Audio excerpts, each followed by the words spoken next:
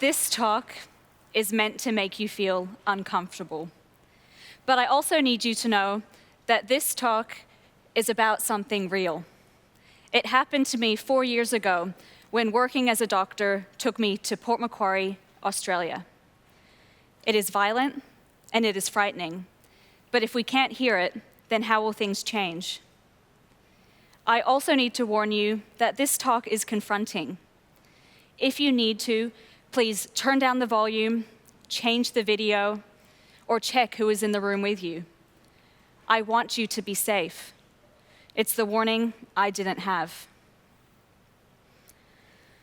The moment I saw him, I knew. He leapt out of my closet and muffled my scream. He told me he just wanted to talk. If I was quiet, he wouldn't hurt me. He had come for me, like I always knew he would. In that moment, I knew he would kill me. What does it feel like to be murdered? I felt helpless on my bed, cornered. I started to panic at the very real possibility that he would rape me soon. I made a run for it. His arm curled around me, and I fought back with every ounce of strength. I watched in horror as his knife began to rise and fall. It plunged into me again and again. I collapsed to the ground and looked down at my legs. I could see the fat beneath my skin in a large gash on my thigh. I pressed my hand against it, and warm blood escaped around my fingers. If he's cut my femoral vein, I will bleed to death for sure. I didn't stand a chance. I coughed as petrol started raining down on me. It trickled through my hair and burned my eyes. It filled my ears and escaped into my mouth as I screamed. I thought the fumes would choke me.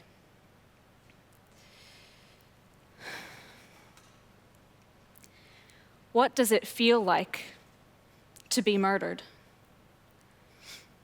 I can't speak to the absolute experience. Nobody can. But I can tell you what it felt like for me as I accepted my own violent slaughter. I felt fear. I was afraid of rape. I was afraid of death. And I was scared about how painful he would make it for me. I was terrified of fire, knowing that my last moment would be the agony of burning alive. I felt grief. I would never get the chance to see my family or friends ever again. I would never get the chance to hold them in my arms, tell them I love them, say goodbye. I felt like I was attending the funeral for every person I had ever loved, all at the same time. I felt shame. This man was going to kill me, a man that I chose. I let him into my life. I thought I could love him. And now he was just going to erase me from the planet. I felt so ashamed. And even in death, he wouldn't give me the dignity of a body. I would just be worthless ash. Is that what it feels like to be murdered? I can't speak for all victims and survivors. As a white, heterosexual, cis female, I have many privileges others don't. My experience is just a glimpse of the suffering so many endure. And violence doesn't just impact women. In fact, most murder victims are men. Here's something to consider. In 2018, a report released by the Australian Institute of Criminology found that a man is most likely to be murdered by a friend or an acquaintance.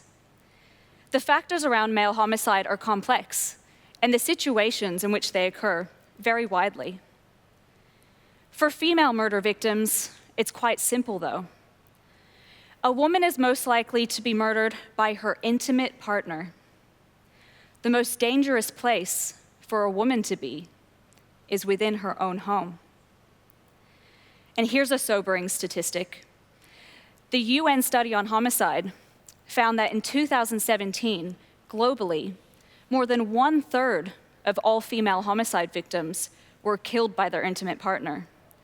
That's 30,000 women that year.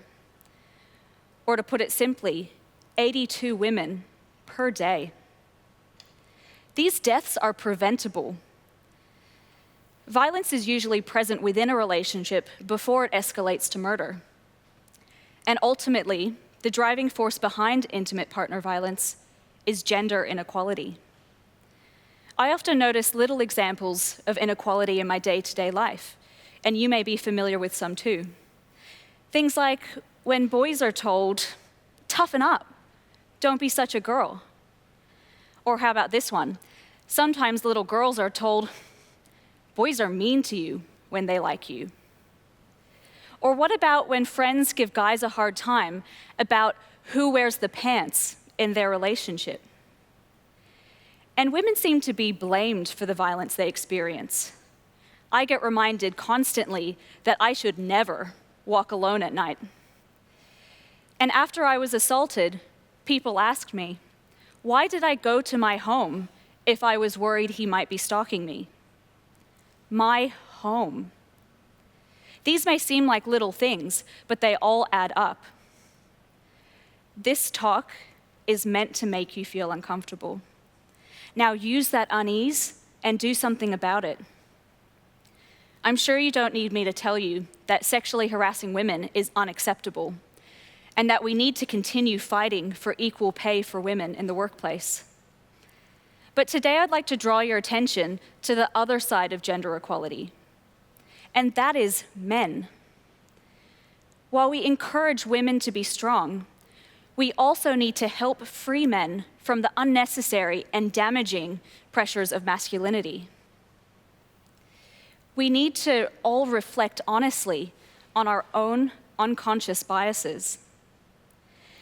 It's now widely accepted for women to work full-time, but do the men in your life feel like being a stay-at-home dad is a real option to them? And most of us wouldn't blink twice if we saw a female police officer. But what about a male childcare worker? And for the men in the audience, do you feel comfortable talking to your mates about your mental health? We need to reframe the way we think.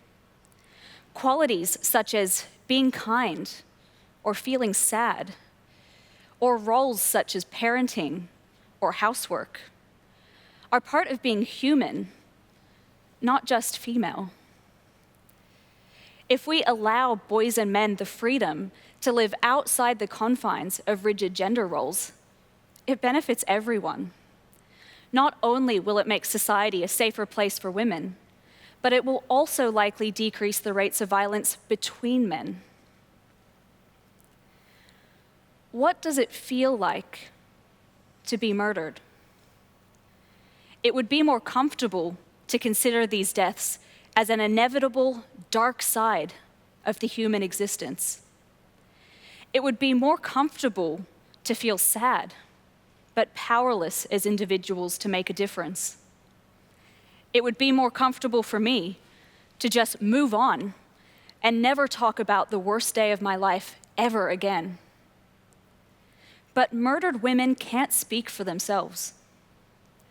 If what I experienced is just a glimpse of what they felt in their final moments, I can't just look away.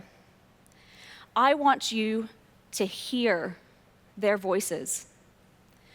I want you to feel that fear, that shame, that grief. Let it fuel a passion within you to really commit to change. I want you to leave this talk today and think about what you can do. I want you to write down 3 things, and then I want you to go do them.